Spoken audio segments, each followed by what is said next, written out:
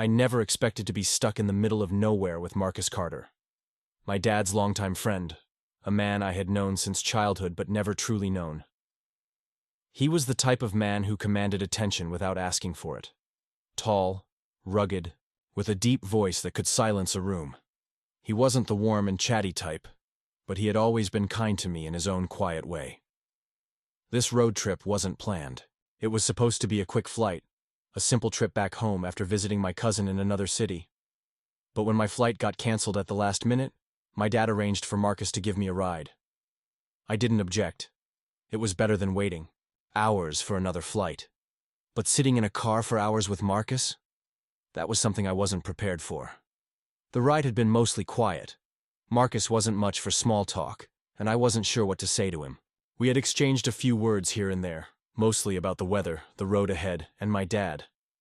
I had caught him glancing at me a couple of times, but maybe I was imagining things. Dark clouds loomed overhead, and the wind picked up. The rhythmic sound of raindrops began tapping against the windshield. We were driving down a long stretch of highway, no other cars in sight, when the engine sputtered. The car jerked suddenly, then slowed.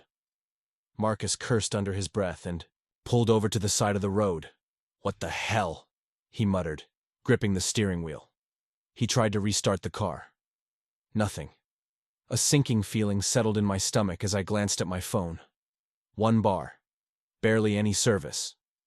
Marcus sighed, heavily, rubbing his jaw. "Looks like we're stuck here for a bit." The rain intensified, pattering hard against the roof of the car. I looked outside. Endless road behind us, endless road ahead. Just me and Marcus, stranded, with nowhere to go. And for some reason, that realization made my heart race. Marcus let out a long sigh, shaking his head as he pulled the hood release. "Stay in the car," he said, voice firm. Then he stepped out into the rain, barely hesitating as the downpour soaked through his t-shirt.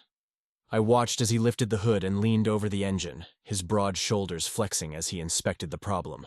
I knew nothing about cars, so I didn't bother pretending I could help. Instead, I just sat there, watching him. His strong hands, the way his veins stood out on his forearms, the way his shirt clung to his back, outlining muscles I had never paid attention to before. I swallowed hard and forced myself to look away. This was Marcus, my dad's friend, a man nearly twice my age. But the longer I sat there, the harder it became to ignore the strange pull I felt toward him. After a few minutes, Marcus slammed the hood shut, muttering another curse under his breath. He yanked open the driver's side door and slid in, dripping. Wet, his scent, a mix of rain, leather, and something unmistakably masculine filling the space between us. "Looks like we're not going anywhere anytime soon," he said, rubbing his jaw. I sighed, leaning back against the seat. "Great. So, what now? Just sit here and wait?" "Unless you got a better idea," he said, his voice laced with frustration. I crossed my arms. "You're the grown-up here. Shouldn't you have a plan?" Marcus let out a dry chuckle. "Grown-up? Kid? You're not much younger than me," I scoffed. "Yeah, tell that to my dad. He still treats me like I'm 12. Marcus exhaled, through his nose, shaking his head. "That's what fathers do. They don't see you as a man until you force them to." His tone was strange, almost like he was speaking from experience. The rain was relentless, pounding against the windshield, creating an eerie rhythm in the silence between us. After a long pause, Marcus leaned back, stretching his legs.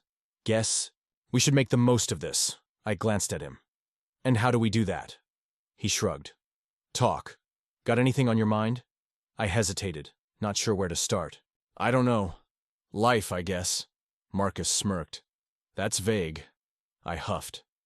"All right. Fine. Relationships."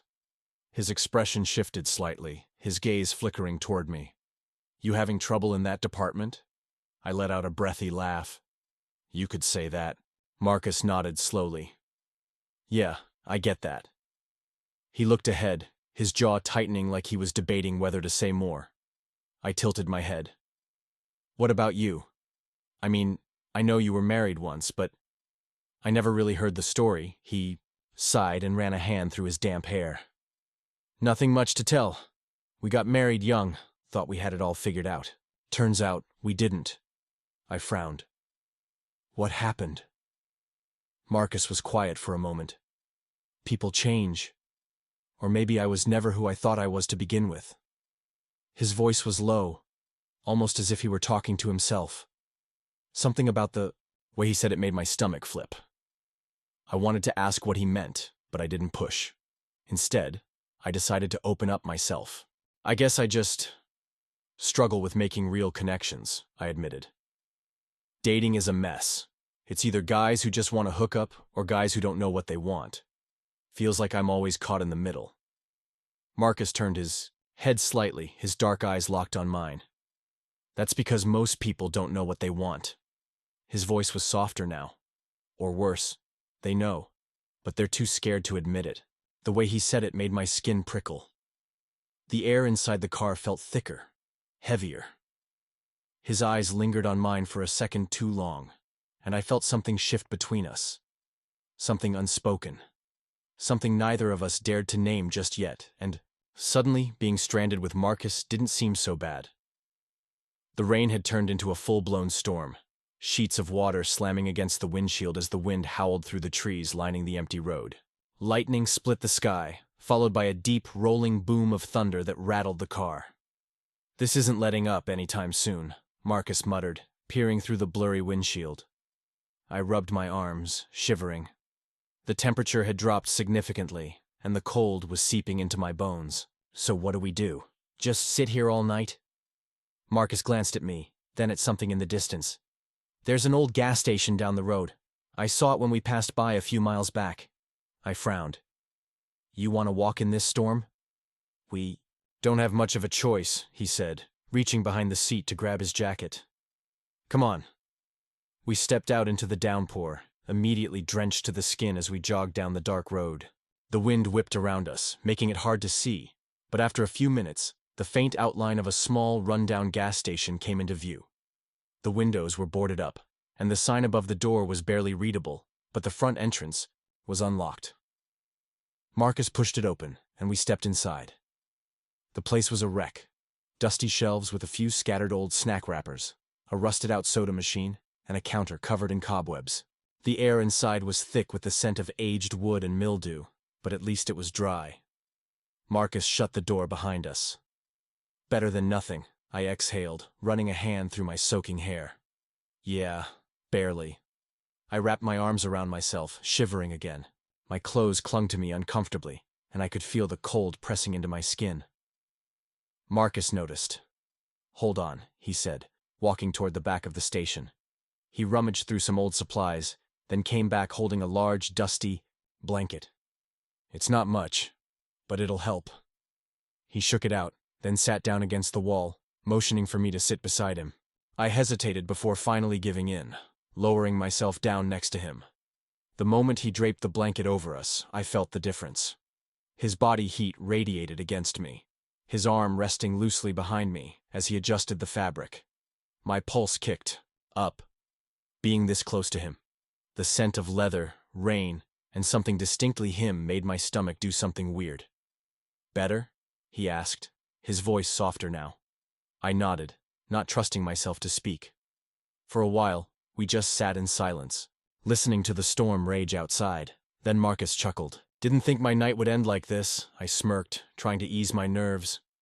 "Yeah, stranded with your best friend's son in an abandoned gas station. Real lucky break for you." Marcus turned his head toward me slightly, his lips twitching. "Could be worse." "Yeah?" I raised an eyebrow. "How?" "Well," he said, shifting a little, his leg brushing against mine. "We could have broken down next to a haunted motel instead." I laughed, shaking my head. "Yeah, okay, fair point." For a moment the joke lightened the mood. But then, the laughter faded, and something else took its place. Something unspoken. The air between us changed. I became hyper-aware of everything. The way his arm was still resting behind me, the solid weight of his thigh next to mine, the slow rise and fall of his chest. Marcus was quiet now, his gaze lingering just a second too long as he looked at me. Or maybe I was imagining it. Maybe I was reading too much into things, searching for something that wasn't there. But then I noticed it. The way his fingers barely, almost absent-mindedly, brushed against my shoulder. The touch was light, fleeting, but it sent a jolt down my spine. I swallowed, my throat suddenly dry. My mind was at war with itself. This was Marcus, my dad's friend, the last person I should be thinking about like this. And yet, the way he was looking at me now, his dark eyes searching, hesitating, questioning, told me I wasn't the only one feeling it. Neither of us spoke. Neither of us moved, but something was brewing in the air between us. Something we both felt, but neither of us dared to name, and I had no idea where it would lead. The storm outside had settled into a steady rhythm, rain pattering softly against the gas station's metal roof. The occasional crackle of thunder still rumbled in the distance, but inside, it was quiet. Just the sound of our breathing and the slow, measured beats of our conversation. We lay side by side on the dusty wooden floor, the old blanket still draped over us. The cold had seeped away, replaced by something else entirely, something warmer, heavier, more dangerous. Can't remember the last time I just sat and talked like this, Marcus murmured, his voice softer than I'd ever heard it. I turned, my head slightly, studying him in the dim light. The sharp edges of his face, his strong jaw, the faint lines around his eyes, the stubble that shadowed his cheeks, made him look even more rugged up close. There was a certain tiredness in his expression, but also something vulnerable, something I wasn't used to seeing from him. "You don't talk much?" I asked. Marcus let out a quiet chuckle. "Not about real things." I hesitated before asking, "And this feels real to you?" He didn't answer right away. Instead, he let out a slow breath, his eyes flickering toward me. "Yeah, it does." Something in my chest tightened. Silence stretched between us, thick and charged. I could feel the warmth of his body so close to mine, the way his shoulder brushed against my arm. I could smell the lingering scent of his cologne mixed with the rain and dust of the old station. Then, just as I was about to say something, anything to break the tension, Marcus spoke first. "I've always admired you, you know," he said, his voice low. "Not just as my friend's son, but as a man." I stilled, my breath catching. My pulse thundered in my ears, drowning out the sound of the rain. He didn't look at me when he said it. Instead, his gaze was fixed on the ceiling, as if saying the words out loud made them too real to face. But I heard them, and I felt them. He had always admired me. As a man. I swallowed hard, my mouth suddenly dry. "Marcus." He turned his head then, and for the first time I saw it clearly. The hesitation, the uncertainty, the hunger. I didn't think. I just spoke. "I've always found you attractive," I admitted, the words tumbling out in a whisper before I could second-guess myself. "For years." His lips parted slightly, as if my confession had knocked the wind out of him. He stared at me, searching my face like he was trying to decide if he'd imagined what I'd just said. And then he moved.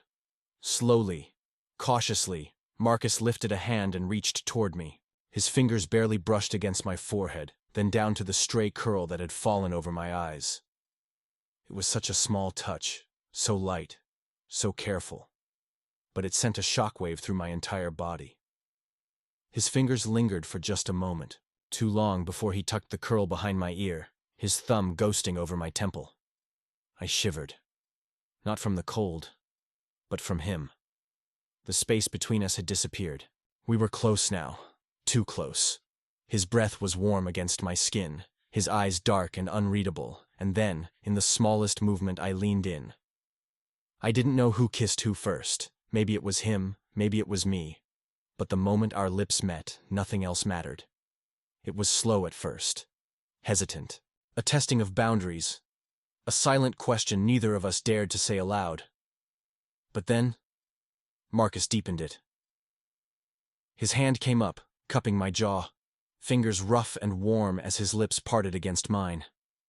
He tasted like rain and heat and something forbidden, Something we weren't supposed to want but couldn't seem to stop ourselves from taking.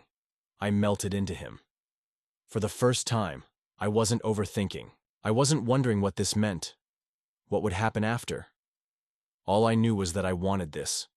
I wanted him. And for a while, he let me have him. But then, he pulled away.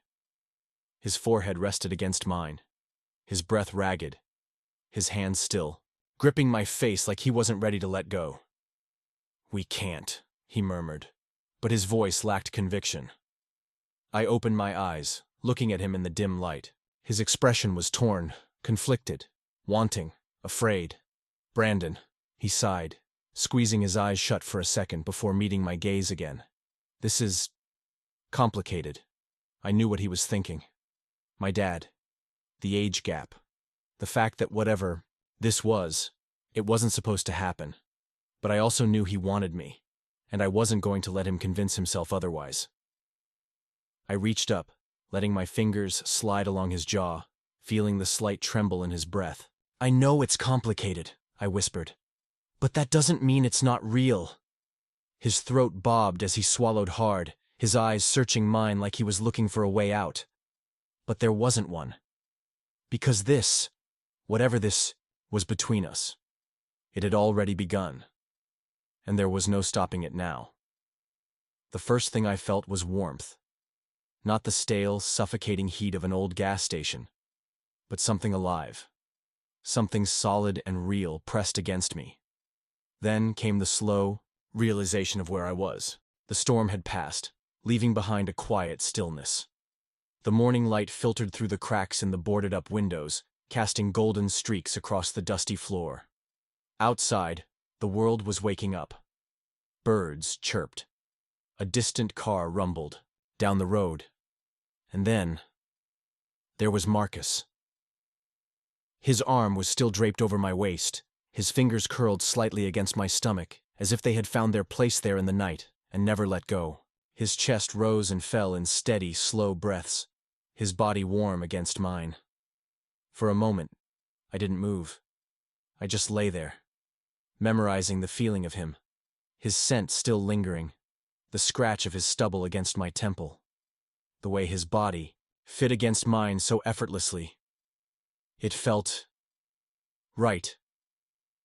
But then, as if sensing that the night had ended, Marcus stirred. I felt the shift in him before he even opened his eyes. The way his breath hitched, the way his fingers, once relaxed against me, tensed slightly, like he was just realizing where he was and what had happened. And then, he pulled away.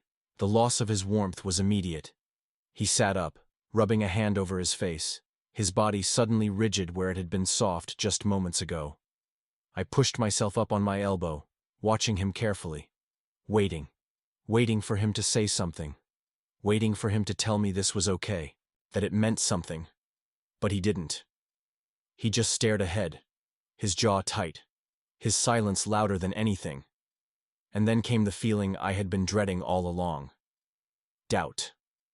I swallowed hard, my chest tightening. "Do you regret it?" I asked, my voice quieter than I wanted it to be. Marcus let out a breath, finally looking at me. His eyes weren't cold. They weren't distant. If anything, they were full of something else. Something raw and troubled. "No," he said, shaking his head. "I don't." Relief flooded through me, but it was short-lived, because the next thing he said made my stomach twist. But I don't know what happens next. I sat up fully now, pulling the blanket over my lap. "What do you mean?" Marcus ran a hand through his messy, slightly graying hair. "Brandon, I haven't felt like this in years." His voice was low, almost like a confession. "I don't even remember the last time I felt this alive." My heart stuttered in my chest. "But?" I pressed. Marcus exhaled, rubbing the back of his neck. "But your dad, and the fact that you're young, and He cut himself off, looking frustrated. "I don't want to mess this up for you." I stared at him, feeling the weight of his words settle over me. So that was it. He thought this was a mistake, not because he didn't want me, but because he was scared. Scared of the fallout, scared of what this meant outside of the safety of last night. I swallowed my pride and forced myself to ask, what if it's not a mistake?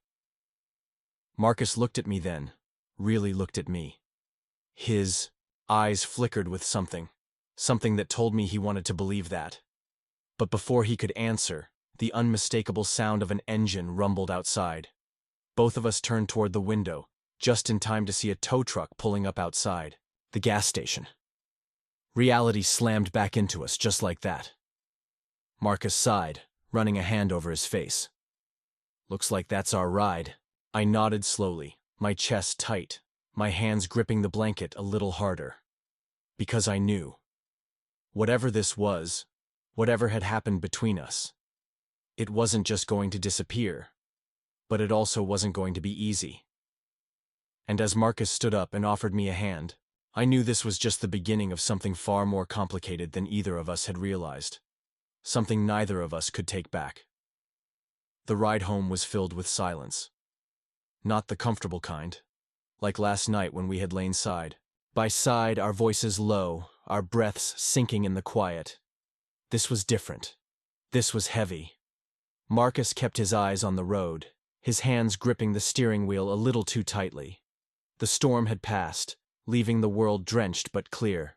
The sky was a pale shade of gray, the roads slick, the trees bending slightly under the weight of lingering raindrops.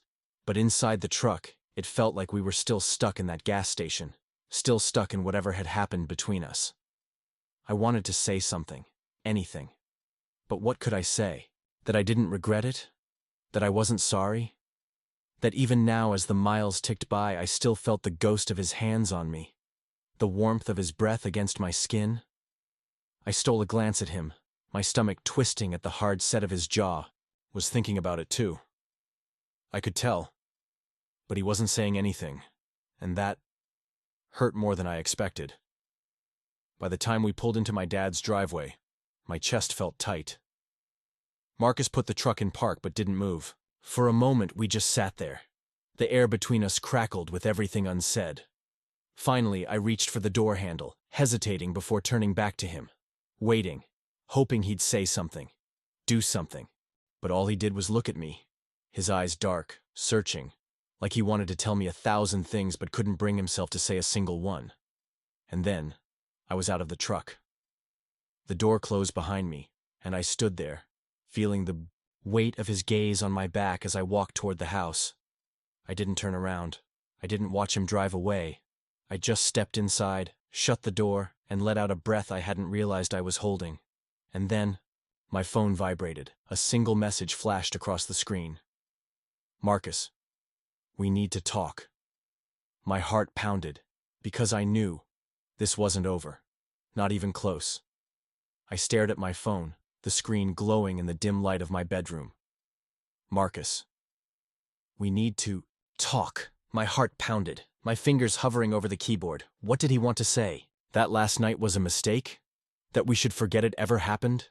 That whatever this was, whatever had ignited between us, needed to end before it even had a chance to begin? Or did he want more? I ran a hand through my hair, exhaling, slowly.